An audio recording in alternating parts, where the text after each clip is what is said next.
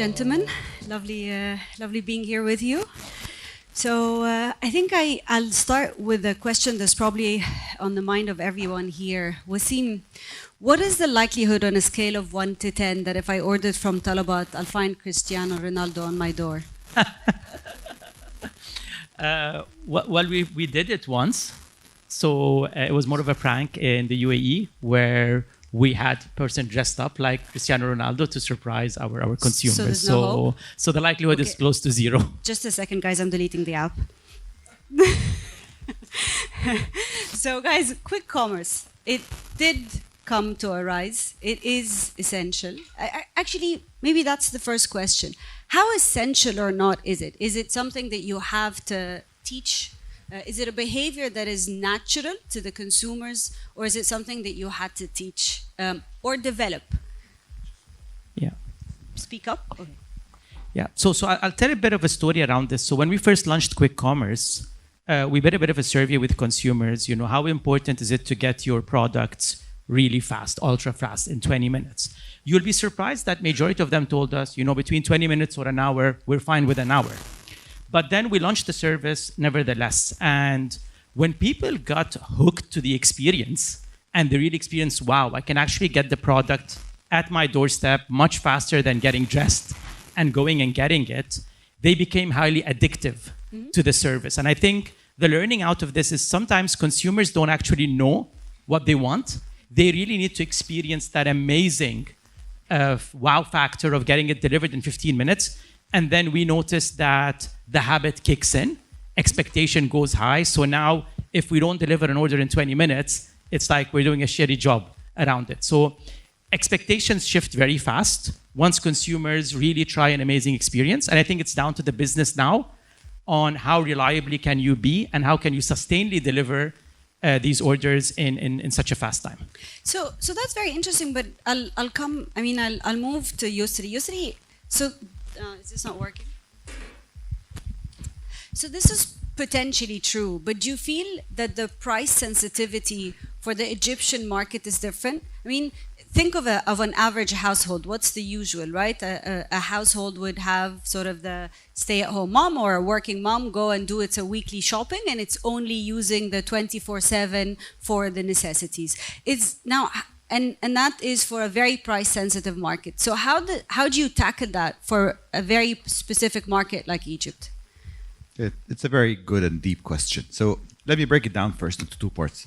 First thing is, I don't think anybody needs anything in 20 minutes. Hopefully, I hope nobody does. It's a world that I don't want to live in, but I think people would love to have things delivered quickly. Not because it is, as Wassim rightfully said, it's nice, it's fun, and it's how people expect shopping to happen in the future, but at the same time, it gives customer a very important thing back, which is time. And this is what makes quick commerce extremely a lucrative proposition for customers, because you get to spend more time with your family, your kids, do your chores, or even have fun and go out with friends. It's one less thing on an ever-growing to-do list of getting stuff done and worrying about what you think and how you're going to manage your day-to-day. So the reason why quick commerce customers love it is it's simple, it's predictable, and it gives you a lot of time back to do actually the things you love versus the things you want just to tick off of your day-to-day to-do list. But what's your defensibility towards a very similar offering but scheduled, and then allows that company to work on margins in terms of the cost of delivery from an operations perspective, and also maybe the notion of bulk ordering, whereby the user is promised reduced prices. And again, it somewhat feeds into this notion of how price sensitive is the MENA market. And I'd like to start with Egypt, but also Wassim, get a sense of how do you see that variance in light of your exposure across MENA? Yeah. So definitely price is an important factor when it comes to grocery ordering, but what we've seen is reliability is an even more important factor. If you look prior to quick commerce, you're lucky if you get your order delivered in the same day. Usually it's next day. 80% or 20% of what you order doesn't actually get delivered. So the reliability factor of, you know, I ordered 20 things, 2 did not come, I still have to go and get it, was a major issue for consumers. So with the likes of quick commerce, where you problem solve not only for speed and you give back the consumer time, but you problem solve for you get what you order. Why? Because quick commerce operates out of dark stores, i.e. they're totally offline stores for consumers.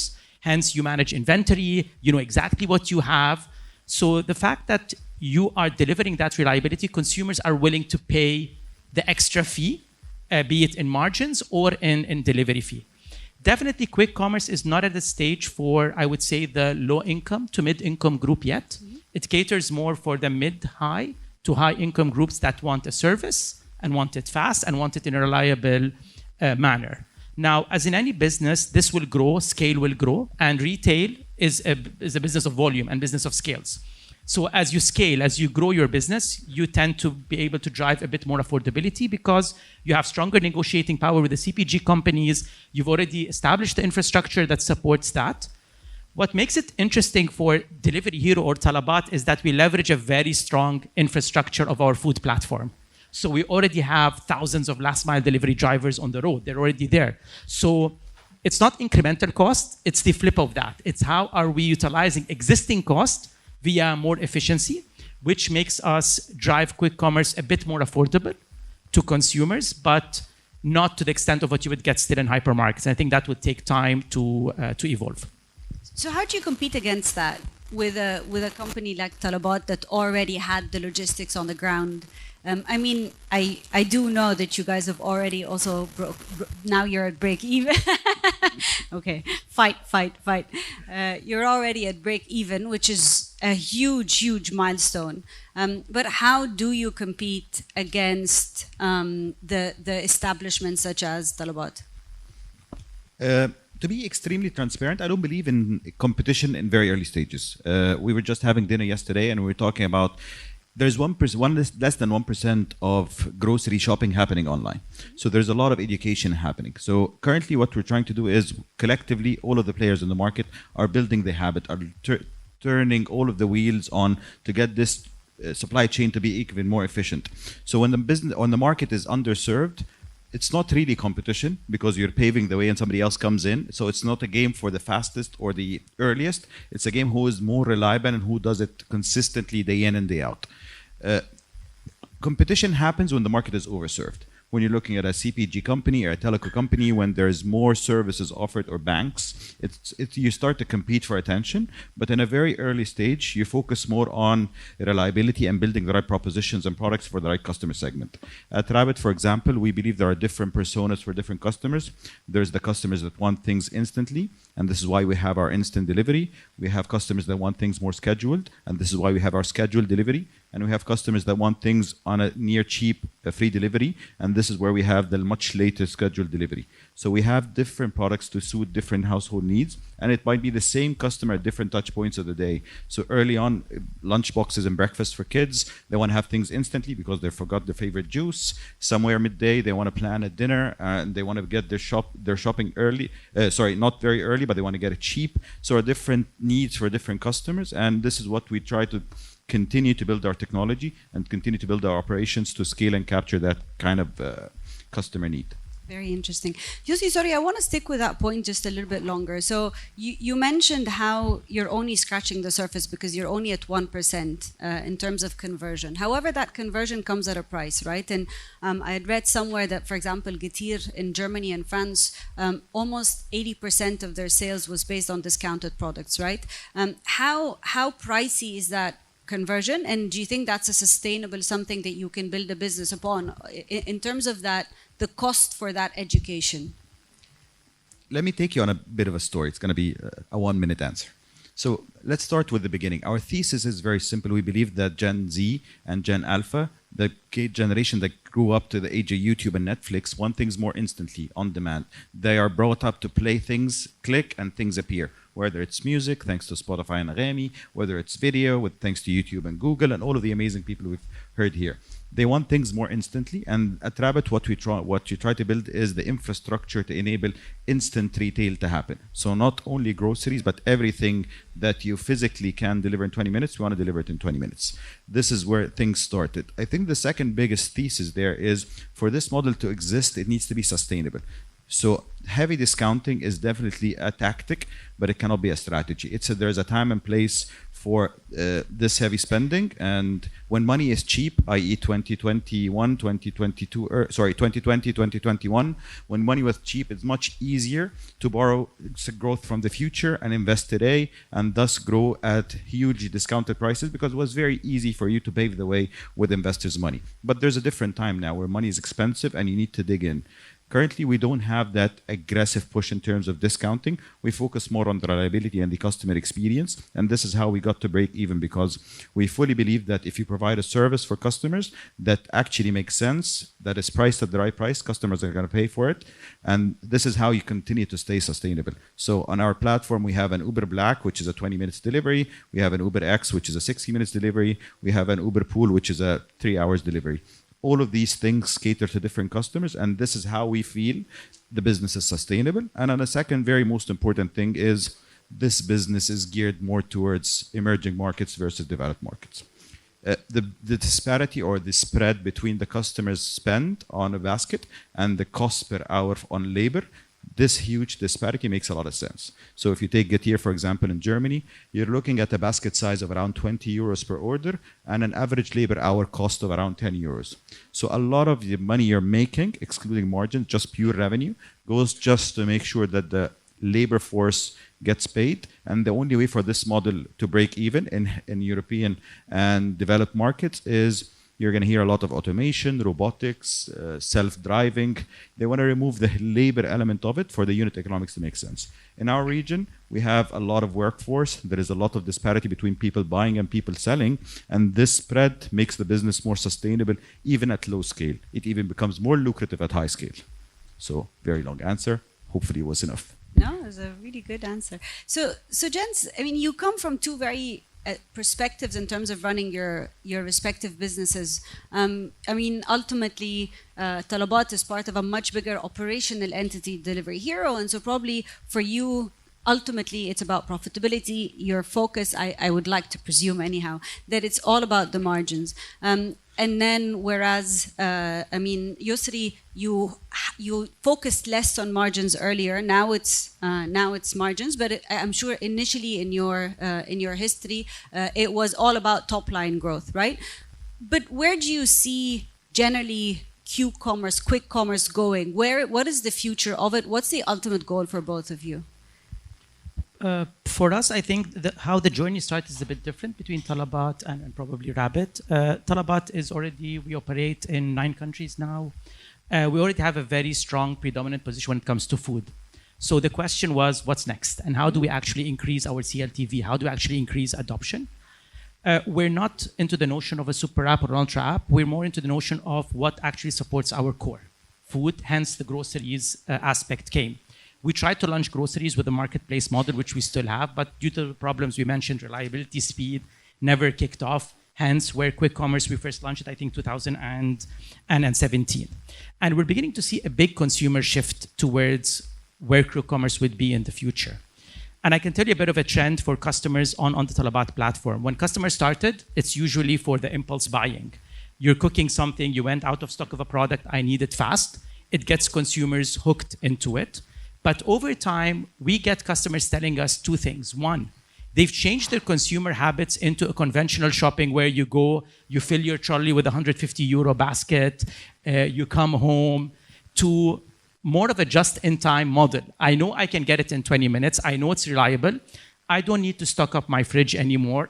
So they're becoming heavily dependent on the fact of, if I need it, I get it when I want it. That's aspect 1.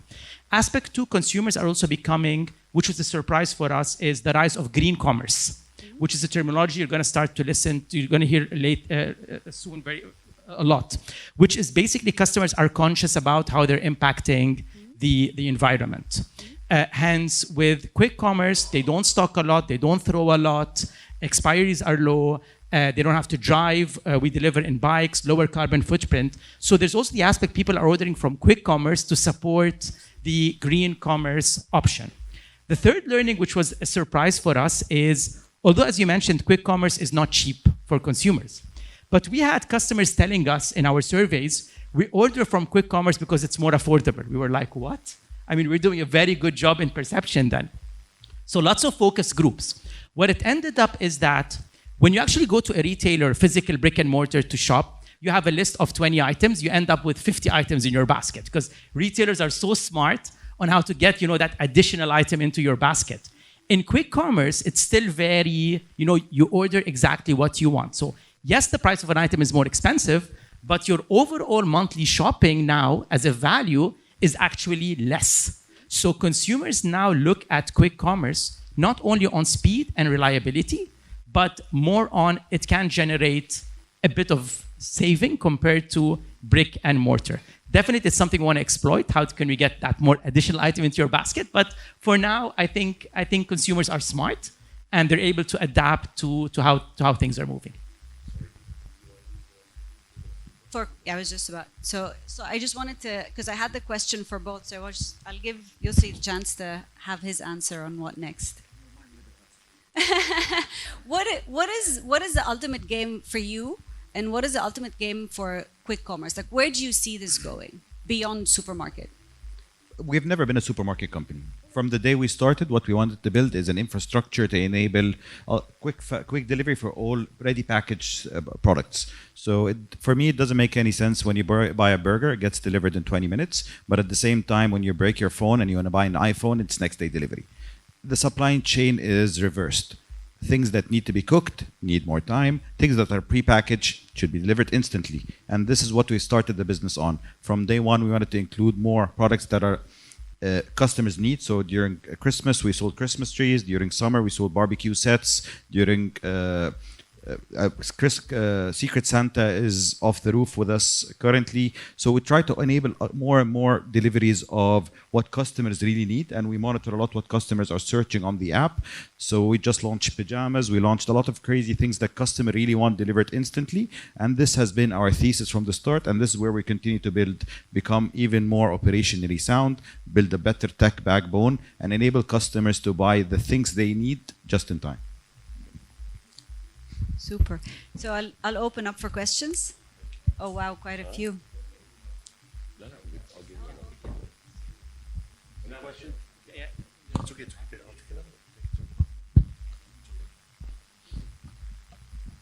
Hello, my name is Hamza Ismail Somen from Heritage International School. I would like to ask a question. How would your business model survive if labor costs go up? You should take that one since you mentioned labor costs. Robotics, drones. No, but realistically, I think it's a very good question. I think efficiency plays a very important role there. So because labor hour or labor cost is a fixed cost, basically you pay as fixed salary plus incentives, and this is how the more flips or more deliveries per hour or more picks per hour drives a lot of efficiencies there. How you design your dark store, how you design your operation, how you streamline it so you require less and less labor there, just to make sure that you get the business model in a unit economics positive way. So it's a very important, relentless focus on every second of how can you shave off seconds of the business, where can you automate, where can you install slides and crazy stuff that gets stuff faster and rely less and less on human labor where it's costly.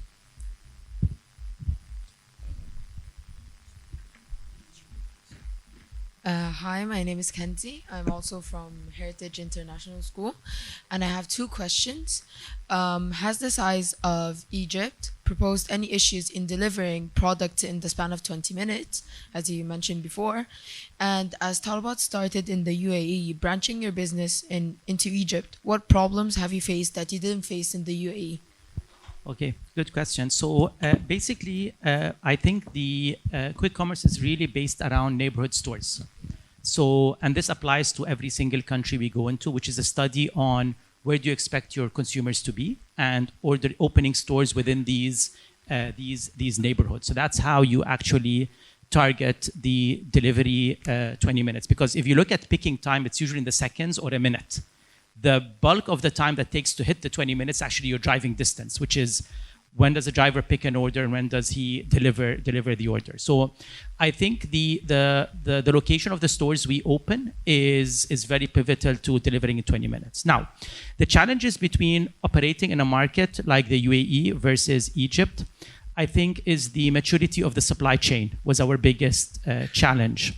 Definitely based on geography. Other countries we operate in, just GCC, maybe with the exception of KSA, are very small countries. So the footprint is manageable. Driving distances is manageable. Supply chain, or if you look at the whole value chain from the moment it's procured till the products in our stores, is relatively short distances. Markets like KSA, Egypt, no. You have a much stretched geography. And the biggest challenge we face is how do we ensure we have the right product at the right time in our stores for us to deliver it to the consumers. And that's where two things comes in play. Technology, because at Talabat, we're predominantly a tech company, so we try to solve things with tech. That's where you get a lot of AI, machine learning, predictive out-of-stock algorithms to make sure that we take into account all of the supply chain shortfalls to ensure we have a product in place. And we had to redevelop the whole algorithm for the Egypt market on that. Second aspect of it is distribution centers or bigger fulfillment centers to support your small micro fulfillment centers. One example I'll give answering this is not still in Egypt, but we're planning to launch it in Egypt. We've launched it in KSA, which is when you have such a big country with such a big population, you get a rise of multiple challenging brands or entrepreneurs where they've launched a unique product, a unique service. And these usually struggle to sell their products in conventional brick and mortar. So what we're doing exceptionally different in Egypt and KSA compared to other markets is we're launching an internship program where if you have a challenging brand or a new product that we sell, we actually support this entrepreneur with a go-to-market strategy. Not necessarily an investment, but more of how can we help that entrepreneur set up his products for success with favorable commission rates, marketing plans, and advisors and consultancies free of charge how to really build these small MSMEs or SMEs to become really big. And the way we do this is we feel that we give a service back to the community, build stronger ties within the entire value chain, because retail is complex. It includes so many people from it's manufactured to hits the consumer desk. It's a lot of intermediary people there. We try to cut as much as we can from the value chain to ensure it's easier for the manufacturers, suppliers, entrepreneurs, and for the consumers when they actually order the product. All right, we've got time for one last quick question, and we're going to try to make it as quick as possible. Safe, right? Yes, my name is Saif. I'm an AOC student, and I wanted to ask about how do you think your sales are affected by the speed up in your delivery times? An example I can think of is washing machines. Although they've made it easier for us to wash clothes, we've also increased the amount of times we wash our clothes. So do you think speeding up the delivery process increases your sales? I don't think it's about speeding up. We have another program that actually impacts this, which is subscription. Subscription is growing massively now, where you actually subscribe to a service and you get it either for free or fast. So we launched our subscription program, and we noticed the frequency went up 2 to 3x. Why? Consumer doesn't have to pay delivery fee anymore, so they start to break up their order. So what happens is that you deliver now, if the same customer used to order 3 times a week, ends up ordering now 7 times a week, because speed is not the factor, it's the delivery fee they have to pay to get it delivered is the major factor behind that. We've reached a magical number, so for anyone that owns an online business, we've seen this not only on Talabat, we've seen this at all Delivery Hero in 40 countries that we operate in, which is the number 5, which is if you can get consumers to place 5 consecutive orders within a certain month, that's where you get very high adoption rates, and the churn rate massively drops significantly because you've already created that habit. So yes, we lose on revenue fee because we don't collect delivery fee on subscription programs, but it actually increases CLTV over time. Why? Because frequency drives adoption, drives habit, hence drives less churn. So your retention strategy becomes less expensive to retain over time. So answering your question, frequency is not the problem. It's the delivery fee that is. I have to say, the one thing that is very cool is we have a lot of students and graduates, so good for you. When I was your age, my view of a company was a pizza place. So very smart. And I hope all of you have tried Quick Commerce. If you have not, it's a pretty amazing experience. Do try it. Yeah. Free advertising, Ahmed. Thank you. We're the startups. Thank you, gentlemen. This was lovely. Thank you. Thank you to the audience for being here, and have a lovely day. Thank you.